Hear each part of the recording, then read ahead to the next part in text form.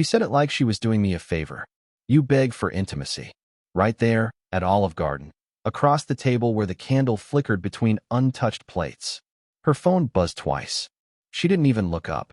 I remember the way the word beg landed, like a switch being flipped off inside me. I didn't argue. I just went quiet. That was the moment everything in me shifted from asking to observing. That night, while she posted another story about self-worth and boundaries, I sat in my Tesla outside Chick-fil-A, watching her reflection in the screen. She was talking to her followers about energy and respect. I couldn't hear her voice. The car was silent, but I could see her smiling into the camera like nothing between us had cracked. Her name's Lauren. She's an SMM consultant, and her life runs on engagement. Every morning she'd stretch in her Lululemon set, record a morning gratitude reel, and read comments from strangers before saying a single word to me. One of those strangers, a fitness trainer named Ryan, started showing up under every post. Heart emojis, compliments, fire reactions. She replied to everyone, sometimes even pinned his comments. At first, I told myself it was harmless. Part of her job, she said once, scrolling through notifications while Hulu played in the background. But lately, when I'd speak, her eyes stayed on her phone. She didn't even pretend to listen. That's when I stopped talking first. By midnight, she was still on Instagram Live, answering questions about emotional maturity. Her followers called her inspiring. I watched her reflection in the dark window, smiling, glowing, and realized she'd built a whole new world that didn't include me. I didn't slam the door or ask who Ryan was. I just sat there, the engine humming soft beneath my hand, and decided that silence was the only language she'd notice. 2 days later, her phone started lighting up more than usual. Notifications stacked like fireworks. Ryan had tagged her in one of his posts, the power of consistency. She shared it to her story with a heart. My name hadn't been mentioned anywhere online in months, but has appeared 3 times before noon. I didn't confront her. I just watched the algorithm do what it does best, reward attention, not truth. That night, while she laughed in the kitchen with her phone propped up against a mug, I sat on the couch pretending to read. Her laughter didn't sound like it used to. It had a new pitch, one meant for an audience, not a partner. When she finally noticed me, she asked if I'd taken out the trash, not how my day went. That's when I understood. Our marriage had turned into background noise for her content. At work, I started staying later, saying I had deadlines. No one questioned it. I'm the guy who never causes problems. My world is built on logic, systems that don't lie. I began seeing the cracks between her self-worth speeches and the truth of how she treated me. The same woman preaching emotional awareness hadn't looked me in the eyes for days. On Friday, I went to Best Buy, bought a new phone. No shared accounts, no synced contacts, no trace of our old photos. Clean slate. As I drove home, the city lights blurred against the windshield, and for the first time, I didn't feel the need to rush back. When I walked in, she was filming another reel in her Lululemon outfit, smiling for strangers. She didn't notice me standing there, watching her perform the version of herself that didn't need me. I realized she was right about one thing. I had been begging, just not for intimacy, for recognition. And that ended tonight. I started noticing details she thought I'd never see. The way her phone flipped over when I entered the room. The small pause before she answered a message. The late-night content planning sessions that ended with her smiling into the glow of her screen long after midnight. It wasn't physical yet, but something in her had already left. The digital kind of betrayal, quiet, invisible, but real. At work, my mind drifted between lines of code and fragments of her captions about trusting the universe. I checked her stories from my computer once, pretending it was just curiosity. Ryan's name appeared again. His comment sat right below a selfie she'd taken in our kitchen, the same counter where I used to make her coffee every morning. His words, glowing as always. Her reply, thank you, you always notice. That was all I needed. I didn't explode. I didn't even tell her I knew. I started doing what I do best, organizing. I closed our shared accounts, unsubscribed from her email lists, and turned off notifications on my new phone. Silence became structure. Every click was a boundary.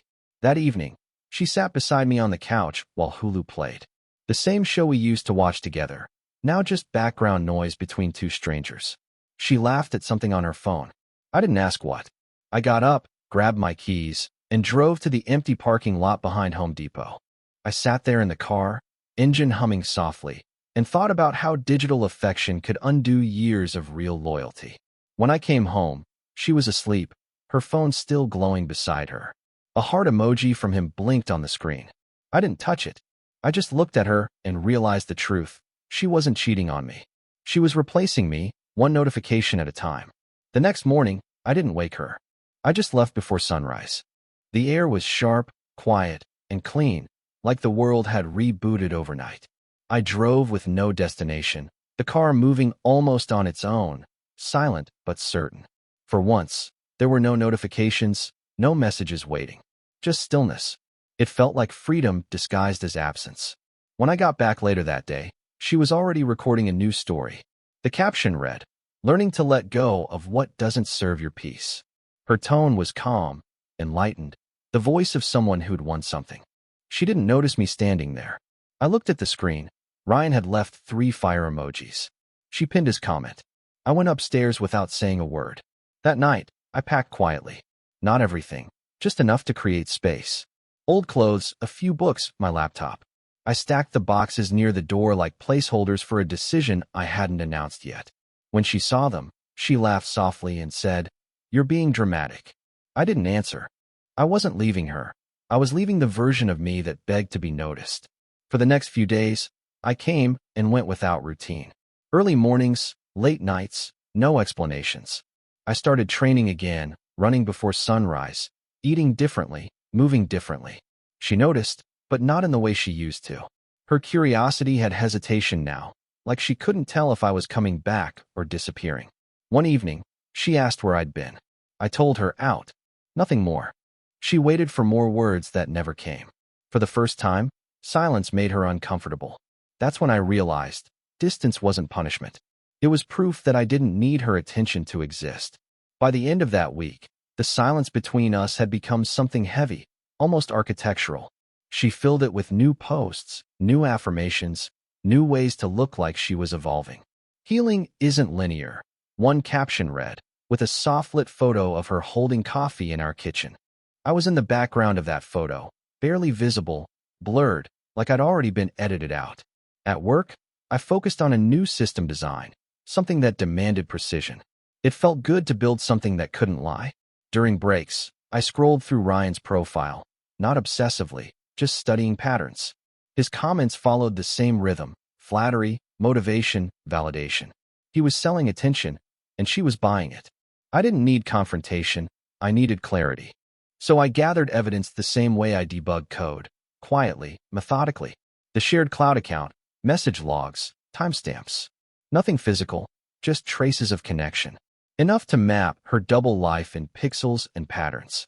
When I saw their DMs, simple, suggestive, repetitive, it didn't shock me. It just confirmed what I already knew. She'd fallen in love with being seen. That night, while she was live again, talking about emotional alignment, I opened a new bank account and started transferring my salary. I didn't hide it. I just made sure it wasn't shared anymore. When she finally looked up from her phone, she asked if I'd eaten. I nodded, though I hadn't. She smiled, relieved, and went back to reading comments. Her peace depended on strangers' validation. Mine came from taking control of what was mine. Later, I sat in the car outside Chick-fil-A again, same spot, same silence. But this time, it felt different. I wasn't escaping. I was planning. The difference between running away and walking out is direction, and I finally had one. The first real shift happened on a Sunday morning. She was filming another Coffee and Clarity vlog when her phone rang. It was a number she didn't recognize, but the way she froze told me everything. She stepped outside to answer, whispering into the receiver. When she came back, she said it was a client. I didn't argue. I'd already checked the call logs earlier that week. Ryan's number matched. I didn't expose her. I didn't even change my tone. Instead, I began erasing myself from the shared spaces of our life. I deleted my profile picture, muted our joint playlists, disconnected my calendar from hers. Each act felt like pulling a plug on an old machine. The hum of our marriage was fading, replaced by the steady rhythm of my own mind recalibrating.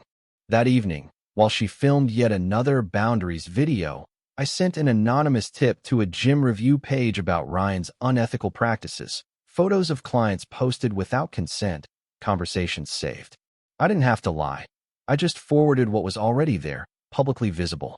Within days, his page was under review. He disappeared from her comment section, his profile locked. She noticed immediately. Her posts started sounding anxious, less polished. The engagement dropped, the likes slowed down. She'd scroll for hours, refreshing her feed like it owed her something. I stayed silent, watching her slowly unravel under the weight of her own illusion. One night, she asked if I'd seen what was happening online. I said no. She stared at me like she was trying to read a language she'd once known. But I wasn't hiding anything anymore.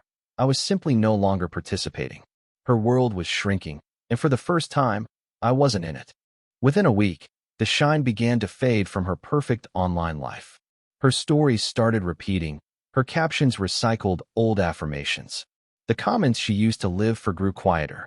She'd refresh her phone every few minutes, pretending it didn't bother her, but I could feel the restlessness spreading like static through the house. For the first time in months, she noticed me. Really noticed me, but not in the way she hoped. I had changed. My mornings began at 5, before the sun, before her phone came alive. I ran, I read, I built systems that didn't need validation. I stopped reacting to her moods, her posts, her carefully curated chaos. My silence unnerved her. It was the one thing she couldn't control. One evening, she followed me into the garage, where I was packing a few things into boxes from Home Depot. She asked if I was seriously doing this, as if my calm was more dangerous than an argument. I told her I wasn't leaving. I was simplifying. She laughed nervously, saying I was being distant. I didn't deny it. I was. Distance had become the only way to breathe. That night, she tried to recreate what we used to have. She made dinner, lit candles, turned off her phone for the first time in weeks. It should have felt like a step forward, but it didn't. It felt like a performance without an audience. I watched her smile across the table, searching for something that wasn't there anymore. Later, while she scrolled in bed, I stood by the window, looking at my reflection in the dark glass. For the first time, I saw someone steady, someone free from needing to be chosen. She had built her value online. I had rebuilt mine in silence. Her anxiety started leaking into real life. The house that once echoed with her voice, those endless takes, retakes, and good angles, was now quiet, tense. She posted less. When she did, her words sounded forced, her smile stiff. She'd scroll for hours, trying to understand what went wrong. The algorithm had shifted, but really, it wasn't the algorithm. It was her. The audience could sense what I already knew. Authenticity can't be faked for long. One night, she came into my office, holding her phone like it weighed something. She said people were asking why I'd vanished from her posts, why I didn't support her anymore. I looked up from my laptop, said nothing. She filled the silence with nervous laughter, then told me I'd become cold, distant, almost unrecognizable. She wasn't wrong. I'd stopped being the version of myself that kept her comfortable. She asked if I still loved her. I didn't answer, and that silence broke something between us more completely than any argument could. She waited, hoping for even a flicker of emotion, but I'd learned control. She couldn't provoke what no longer existed. Later, I found her sitting on the couch, watching one of her old videos on Hulu, the ones where she talked about being seen and appreciated. Her eyes were glassy, her reflection faint in the screen. For the first time, she looked small, not because she'd lost followers, but because she'd lost her hold over me. I didn't celebrate it. I didn't even move. I just stood there, realizing the distance between us wasn't made of anger anymore. It was made of clarity. She had built her world from attention. I had learned how to exist without it, and that made me untouchable. It happened slowly, then all at once. Her following dropped, sponsors stopped reaching out, and the trainers she'd once pinned comments from never resurfaced. The silence online started to mirror the silence in our house. She'd wake up later each day, scrolling through old messages, trying to find some spark of what she'd lost. I watched her move through the house like a ghost searching for connection in a world that had logged off. She tried to rebuild, posting honest updates about burnout and healing, but the words felt empty. Even her most loyal followers sensed it. I didn't say a thing. I went about my days like nothing had changed. Work, gym, quiet meals, no questions. My peace came from rhythm. Hers came from reaction. And without the reaction, she began to unravel. One afternoon, I came home to find her sitting at the kitchen counter, laptop open, a half-finished caption on the screen. She looked up and said she didn't understand what had happened to us. Her voice cracked a little, as if she was finally speaking to me, not her followers. I still didn't answer. There was nothing to explain. What she called us had stopped existing when validation replaced intimacy. That night, I packed the last few boxes from the garage. No anger, no rush. Just completion. She watched from the doorway, eyes red but dry. She whispered, "You're really not coming back, are you?" I looked at her and felt. Nothing sharp, nothing bitter. Just release. By morning, she posted a story, something about closure and growth. But even through the filter, her eyes gave her away. She wasn't performing healing anymore. She was living the absence of what she'd lost. And for the first time, it wasn't mine to fix. The morning I left, the house was silent. No ring light glow, no sound of her voice rehearsing affirmations. Just the faint hum of the refrigerator and the echo of what we used to be. I walked through each room once, not to remember, but to confirm there was nothing left to take. My things were already packed in the car, the same quiet Tesla that had become my sanctuary these past months. She was still asleep when I stopped by the doorway.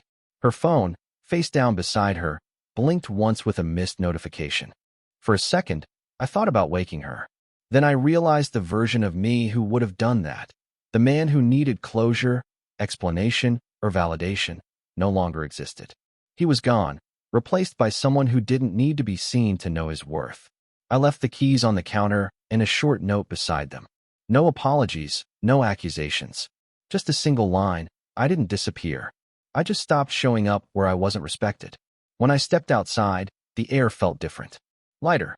I started the car and drove past the places that had quietly witnessed our undoing. The Chick-fil-A parking lot, the Best Buy where I'd bought my new phone, the Home Depot where I'd found boxes for my old life. Every turn felt like deleting another version of myself that once waited for her to notice. As the city faded in the rearview mirror, I realized she'd probably turned this into content. Another story about losing someone who couldn't handle her growth. But deep down, she'd know the truth. I didn't leave to escape her. I left to return to myself. And this time, silence wasn't emptiness. It was arrival. Support the channel by liking, commenting, and subscribing. I promise even more interesting stories.